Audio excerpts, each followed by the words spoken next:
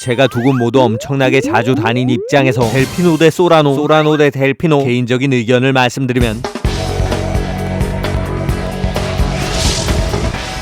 안녕하세요, 동캐플렉스의 동캐입니다. 지난 영상에서 제가 봄, 여름, 가을, 겨울 4계절 모두 개꿀로 즐길 수 있는 최고의 워터파크를 소개해드렸는데요. 오늘은 그 워터파크 옆에 있는 전통의 리조트, 무려 45년간 명맥을 이어오고 있는 대한민국 리조트의 조상을 찾아가 볼게요. 45년? 진짜 엄청 오래됐네. 그게 어디야? 바로 설악 소라노 리조트예요. 1979년에 자리를 잡아서 명맥을 이어오다가 2011년 소라노 리조트로 새롭게 단장을 하면서 최강자의 자리를 굳혀보려 했지만, 바로 옆에 있는 델피노 리조트의 눈부신 발전 때문에 예전의 명성이 많이 흔들리고 있는 곳. 이번 영상에선 제가 여기 소라노에 새롭게 런칭한 객실부터 리조트를 가장 효율적으로 이용할 수 있는 방법을 알려드리고, 마지막엔 옆에 있는 델피노 리조트와의 완벽한 비교까지 싹 다 정리해 보겠습니다. 설악 하나 리조트에 별관이랑 본관이 있는데 어딜 예약해야 돼? 별관은 워낙에 낡았고 지금은 한창 리모델링 공사 중이니까 가볍게 패스하시면 돼요. 본관 소라노에도 룸타입이 너무 많은데? 흰옥기탕까지 갖춰져 있는 플래티넘 객실이 있지만 객실 숫자도 적고 예약도 어려운 편이니까 패스. 일반적인 객실은 약간 작은 디럭스 룸과 조금 큰 로얄 룸으로 구분되어 있는데, 리모델링을 마친 객실이 모던형, 그렇지 않은 객실이 일반형이에요. 하지만 제가 오늘 소개할 객실은 두 가지 모두 아니고 또 다른 객실. 뽀로로 테마 객실? 그건 아니고 소라노에서 최근에 새롭게 런칭한 유러피안 객실이에요. 그러니까 빠르게 소라노에 도착해서 주차부터 하려는데 차가 무지하게 많네. 주차할 데가 없잖아. 소라노 리조트는 좌우로 길게 늘어서 있는 건물의 구조가 특징인데요. 주차장 역시 건물 앞에 넓게 늘어선 형태. 하지만 건물 앞쪽 주차장은 순식간에 만차가 돼요. 그럴 땐 당황하지 마시고 중앙에 있는 로비동 앞에 차를 세워서 짐을 먼저 내리고 건물 뒤쪽으로 이동하세요. 그러면 조금 넓은 주차 공간이 추가로 있습니다. 이쪽에도 건물로 들어가는 계단이 있기 때문에 차를 세운 다음 프론트에서 일행과 합류하면 되겠죠. 체크인은 키오스크로 가능한데 안타깝게도 뷰를 배정할 수 없습니다. 제가 전에 소개해드렸던 하이원 리조트는 키오스크로 체크인할 때도 뷰를 배정할 수 있었는데 소라노는 그렇지 않은 거죠. 그래서 저는 키오스크 말고 프론트에서 직원분께 체크인을 진행했어요. 제가 워터피아 쪽 뷰를 배정받고 싶은데 가능할까요? 네, 저희 리조트가 5층까지 있는데 1동 4층으로 배정해 드릴게요. 층수는 5층까지 1동부터 9동까지 구성된 리조트. 그 중에 제가 예약한 유러피안 룸은 1동에만 위치하고 있어요. 그럼 1동에서 엘베 타고 올라가면 되겠네. 오래된 건물인 만큼 엘리베이터가 모든 동에 있는 게 아니고 각 동의 사이사이에 위치하고 있습니다. 심지어 1동 옆엔 엘리베이터가 없으니까 2동과 3동 사이에 있는 엘리베이터를 타고 올라가야 돼요. 처음 오시는 분들에겐 동선이 불편하죠. 하지만 전 여기 너무나 많이 와봤기 때문에 집만큼 익숙한 편 빠르게 1동으로 이동했어요. 객실은 카드키로도 열 수 있지만 체크인 후에 발송되는 비밀번호로 열고 들어갈 수 있는 시스템. 그렇게 객실에 도착한 다음 이제 소라노에서 야심차게 내놓은 유러피안 객실, 얼마나 괜찮게 만들어뒀는지 방을 한번 둘러보면, 객실은 원룸 형태로 구성돼 있고 들어오자마자 두 명이 앉을 수 있는 아일랜드 테이블이 있죠. 그 위엔 네스프레소 커피 머신과 커피 캡슐 4개도 놓여 있습니다. 아래쪽 냉장고엔 생수 2병, 테이블 위엔 태블릿도 있는데 배달 오더랑 각종 시설 안내와 관광지 서치도 가능. 부엌엔 싱크대랑 전자레인지도 있고 커피포트, 커피잔, 컵이랑 과도, 와인 오프너와 접시도 구비되어 있지만 취사는 불가능해요. 싱크대 옆엔 옷장이 있고 오른쪽으로 화장실이 보이는데 세면대랑 비데가 딸린 변기, 샤워부스가 있는 기본적인 구성이에요. 침실로 들어가는 쪽에 작은 화장대가 있고 서랍엔 드라이기가 들어있습니다. 침실엔 더블 침대 하나, 소파, 테이블, 작은 의자, 세핑 스마트 TV까지 깔끔하고 모던한 인테리어. 침대 옆엔 블루투스 스피커까지 나름 차별화를 위해서 노력을 했어요. 그리고 이제 대망의 뷰를 보면 제가 원했던 워터피아 뷰. 옆쪽으로 보면 설악산도 보이는 꽤나 시원한 전망. 개인적으로는 반대쪽 숲뷰보다 이쪽 뷰를 조금 더 좋아해요. 하지만 가끔씩 워터파크의 소음이 들려올 수 있기 때문에 조용한 걸 좋아하시는 분들 반대쪽 뷰를 선택하세요. 근데 45년 됐다더니 완전 새삥이네. 여긴 리뉴얼을 마친 객실. 하지만 다른 객실들은 지은 지 10년이 훌쩍 넘어서 꽤나 노후했어요. 그럼 새 객실인 이쪽으로 와야겠네. 물론 인테리어는 깔끔하지만 아직까지 새집 냄새가 굉장히 심한 편이에요. 그러니까 냄새에 민감하신 분들은 당분간 가지 마시고 2인 이상 가족이 이용하긴 적절하지 않으니까 그 점도 참고하세요. 4, 5인 가족은 디럭스 객실 이용을 추천하는데 그쪽엔 작은 온돌방이 안쪽으로 하나 추가로 있는 형태. 깔끔한 걸 좋아하시는 분들은 리뉴얼한 모던 객실, 딱히 상관없으시면 일반 객실을 예약하시면 돼요.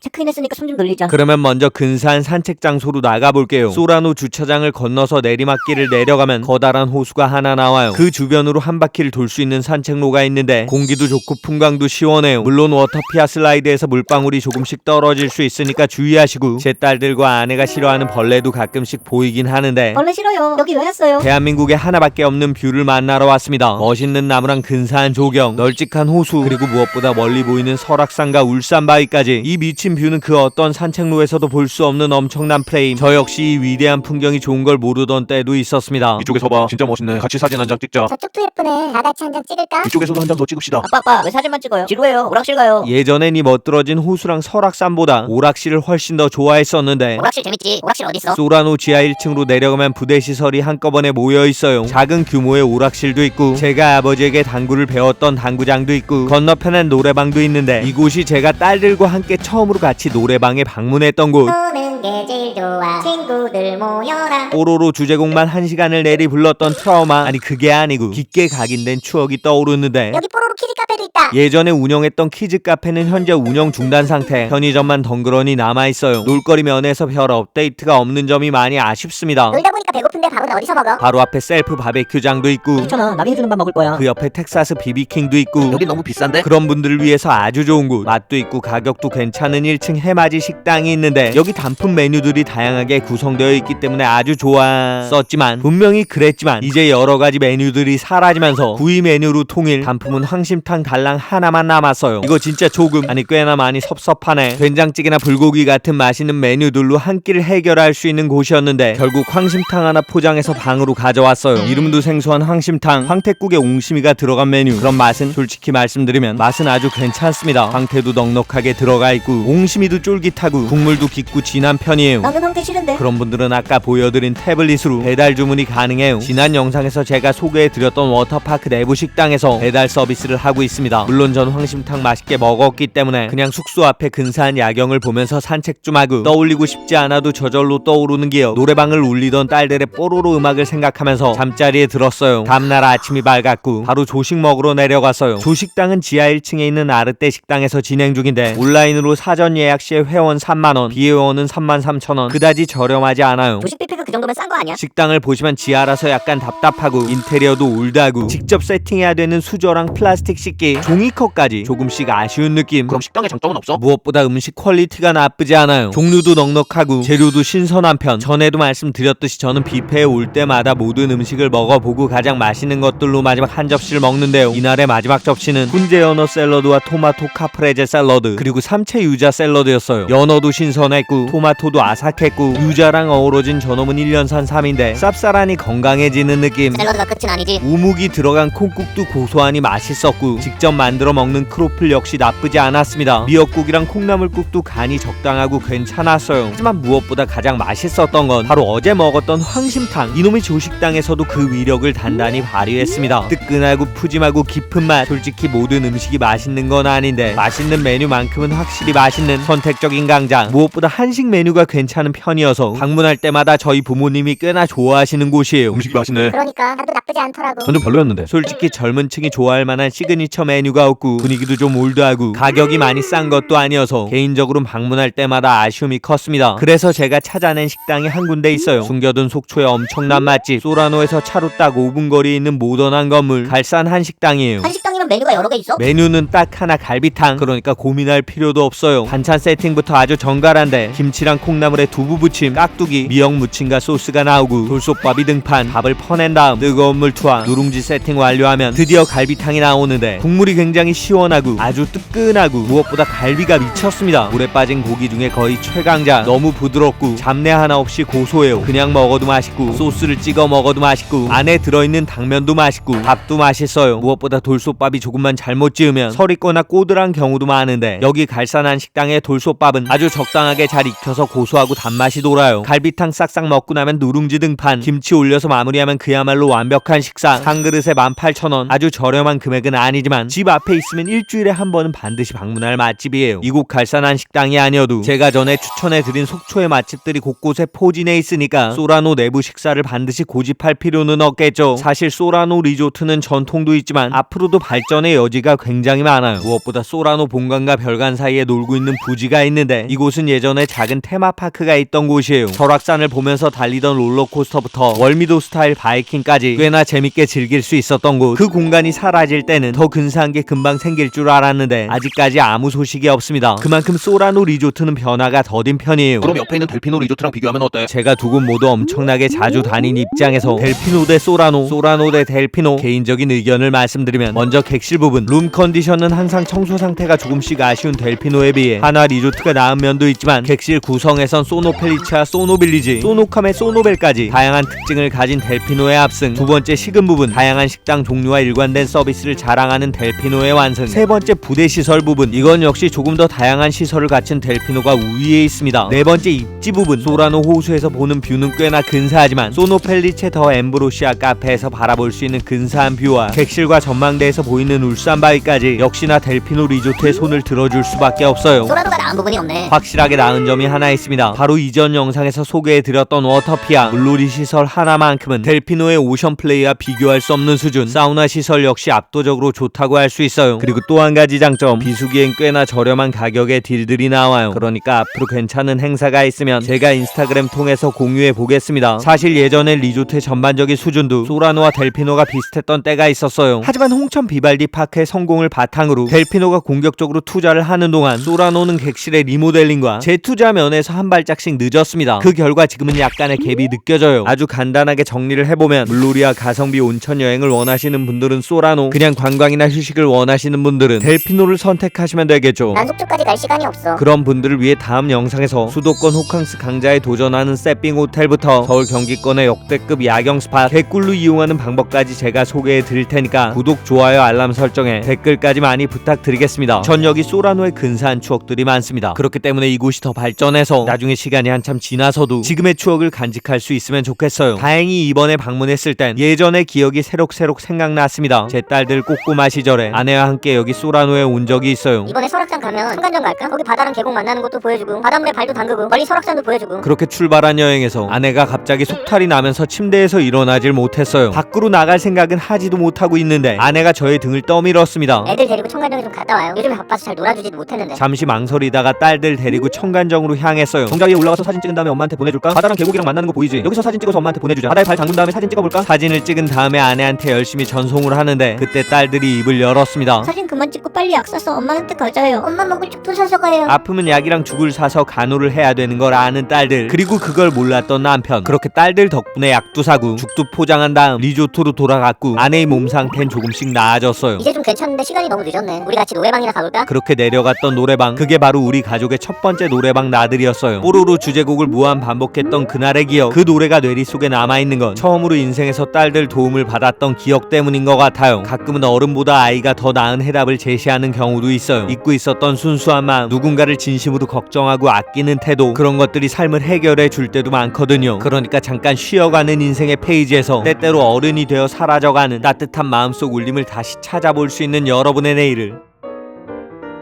제가 응원하겠습니다. 파이팅입니다.